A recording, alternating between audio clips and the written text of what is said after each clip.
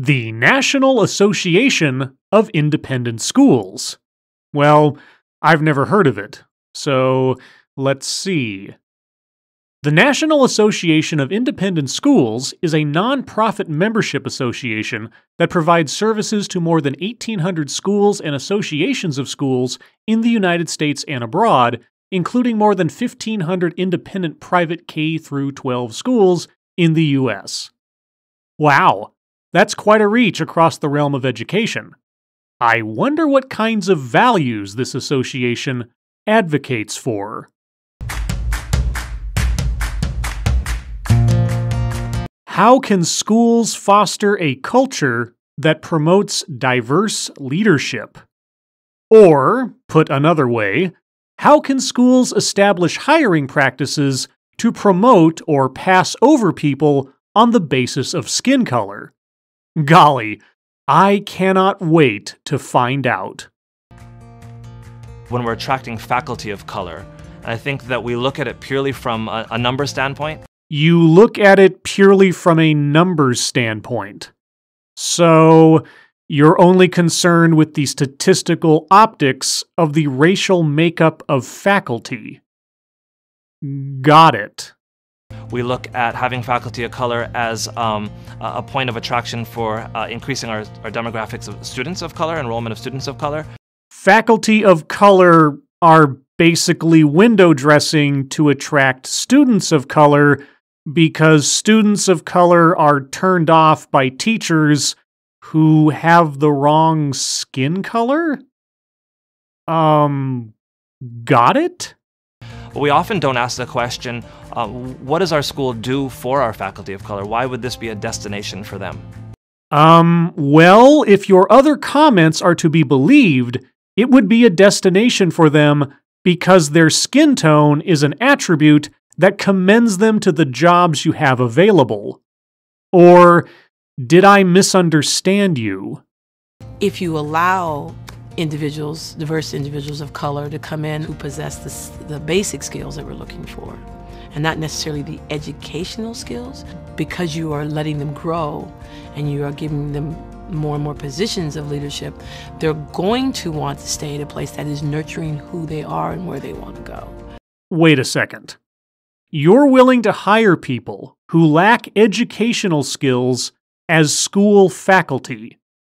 You're willing to hire people who are not qualified to work in education so long as they possess basic skills, whatever those are, and are also people of color, with the hope that they will, grow into the jobs, absent a background in education? I don't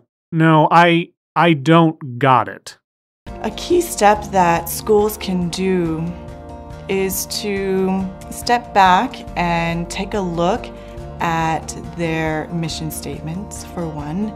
Looking at a mission statement can help to foster a culture that promotes diverse leadership? Okay, how does that work exactly? I believe the majority of independent schools these days do have something about diversity and inclusion. You believe they do. Well, what if a school does not? Does that make that school incapable of treating people fairly? Would a mission statement that focuses on quality of education for all, absent the words diversity and inclusion, make such a school's motivations suspect or something? I'm confused. And then to look at how they're living out that mission. What explicitly are schools doing to honor that mission of diversity and inclusion? Right. They may be talking the talk, but are they walking the walk?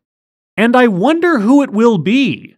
who gets to pass the final judgment on a school's racially ideological purity. You've heard the statement that when you keep doing the same things, you're going to continue to get the same results. Yes, that is called insanity. Sort of like having a policy or ideology that weighs someone's skin color as a valuable asset to an organization.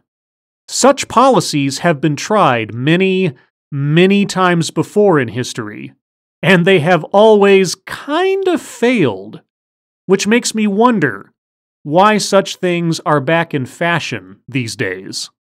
And so schools have to be willing to look at the current systems that are in place and be willing to change those systems to get a different result.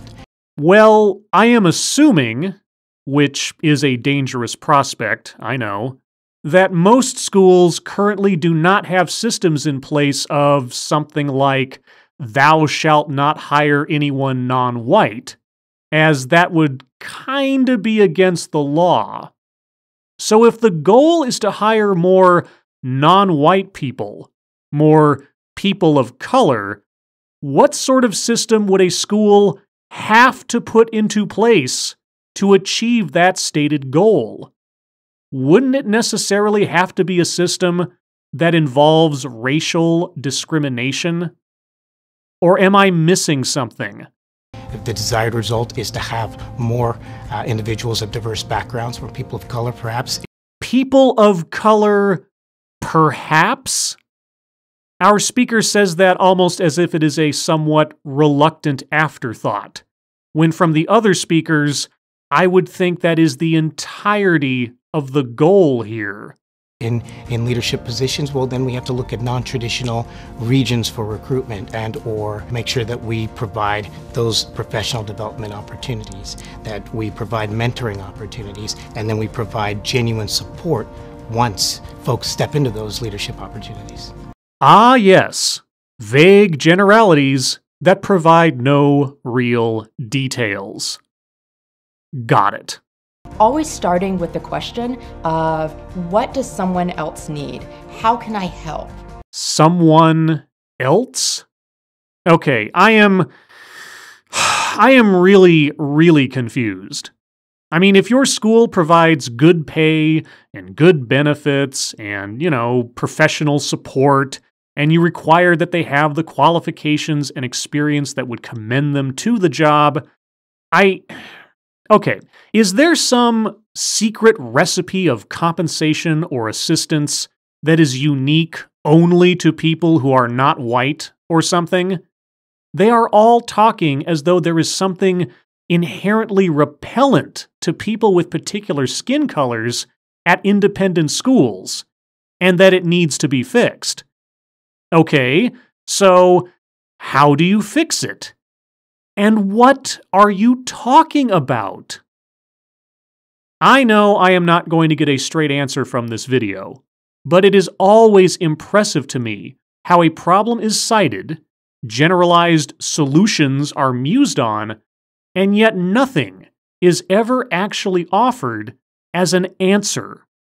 I think that those are ways that schools can really build leaders in their community and can teach our young people to be empathetic and to be curious about the experiences that others have had.